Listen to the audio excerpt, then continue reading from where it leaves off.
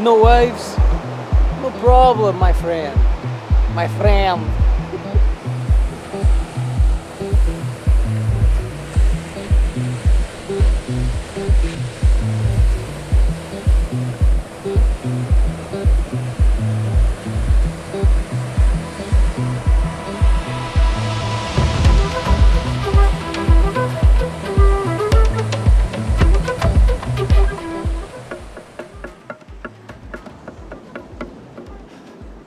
So pros and cons of foiling, I guess, versus surfing. The reason I'm doing this video is because I still think foil is viewed as this weird bird when you get in the water. People look at it funny, they don't really understand it, they don't know how it works. A lot of people actually ask me if this is propelled by an engine of some sort. And yeah, I guess my first reaction when I first saw a foil in the water was actually that of both amazement and what the hell is this and why do people do it? What was the first thing you thought or felt when you saw a foiling guy in the water? Like, It was so good. But Honestly, I thought it was crazy because it looks like a huge knife. But it looks fun if you know how to do it. And I don't know. I wish I knew how to do it. you wanna try? Let's do it. I just need 3 wetsuits to. And now that I do it, I think I can explain what is good and what is bad about it, so that if you maybe want to try it or just understand how it works, you will. Okay, so before my first pros and cons in this video, what I think I need to say is that surfing and foiling are different, and I cannot say I like one more than the other. They're different in the sense that for each conditions and for each mood you have, you could enjoy surfing or foiling in different ways, but both are amazing. Like for those of you like myself who need or want to be in the ocean every day, I just want more toys. I want to be able to play with more stuff. And for some days I really want to surf and rip and do carves and getting barrels and stuff. And other days I just want to enjoy the fact that the ocean is huge and that I can enjoy all of its canvas, and the foil is easier on that aspect. Actually, the first pro is that the ocean just becomes way bigger. You can take advantage of every little bit of energy that the waves have to give you. You don't actually need a wave to push you, just a swell line sometimes is enough, and you're doing turns like 300 and 400 meters away from the point in which everybody else is gonna catch the wave. So you just have a lot more time to enjoy the feeling of riding a wave, I guess. At the same time, the moment of taking off, dropping a wave, can be really sketchy, especially in the beginning. I was a fairly okay surfer when I started foiling, so you know, looking at a 2-foot wave that, you know, just broke was the most normal thing in my life. And once you start foiling, you pedal to a little wave that breaks a bit more hollow, and you understand why it's easier to catch the white water, far away, mushy waves. It's because this thing, because it can harness the power of every little bit of energy in the ocean, it wants to come up. It works like a little airplane. It wants to fly.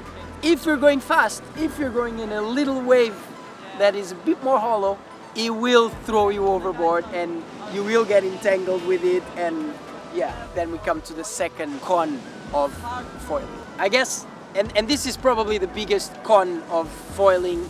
It is the fact that this is kind of a knife. Do you like my hands? They're good hands, no? Good for a commercial about hands or something. They're available hands. This sounds weird. It is built to cut through water. It has to be hydrodynamic, or as a plane is aerodynamic. It works just like a plane, you know. This has a plane shape. There's no engine whatsoever, so it just wants to fly and use the resistance of the water to get lift when you get speed.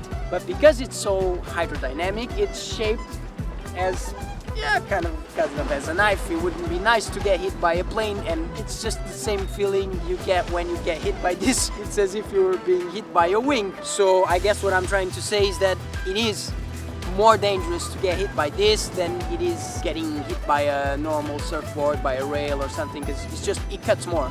There's no other way around it. Like you have to be careful about yourself, the way you fall, and about the other people. But once you understand as well how to turn this, you actually have way more time to be cautious about everybody else, and you have way more time, for example, to decide on whether you're gonna throw the foil away just to avoid being hit by it. There's one way you can never fall, which is if you're doing a turn on this side and you fall here, you're gonna fall straight into the foil. That's the only thing you really need to avoid.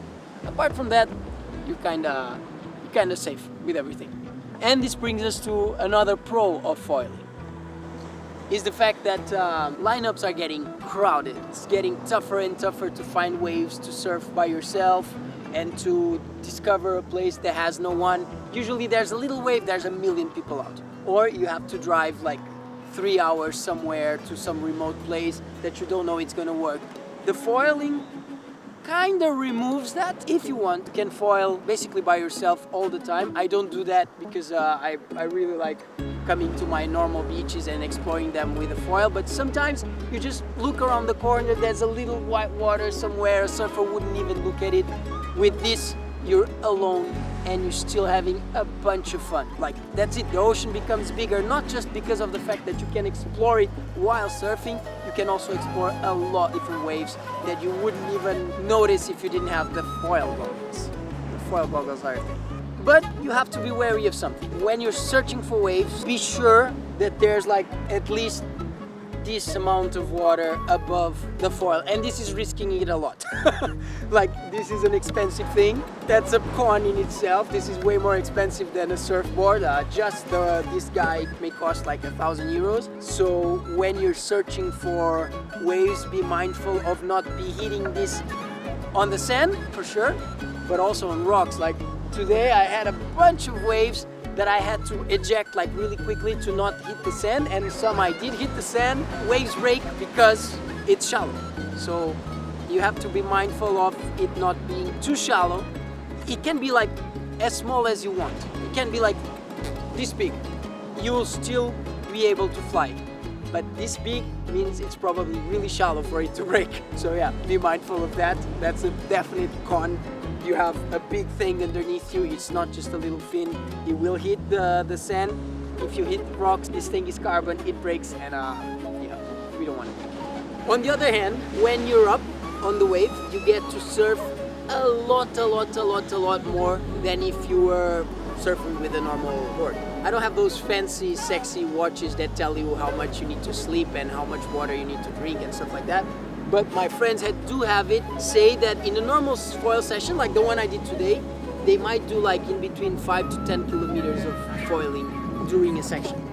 But I think it's more fun to use all. Do you think it's like cheating if you go for an electric one? Yeah.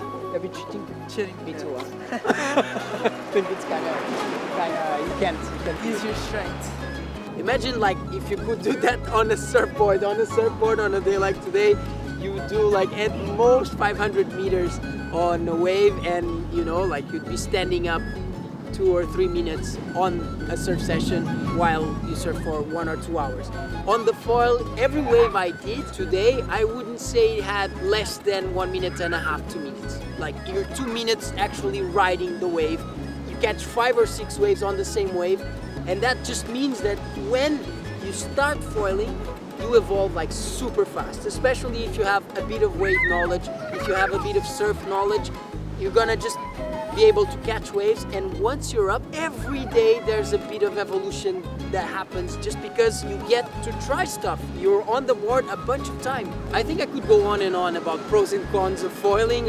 It's still something that I'm learning, and I'm in the beginning of this. I foiled since a year ago. But what I think I want to say is that this is not as weird as it sounds, although it is absolutely brilliant. Like the physics of it is just amazing, that you don't have an engine and you can power yourself. in between waves. That's just, it's mind-blowing, while not being as dangerous as people think. If you're careful enough, this is super okay. And as I said in the beginning, it just makes you be able to enjoy the ocean in ways that you maybe wouldn't have thought of before you started.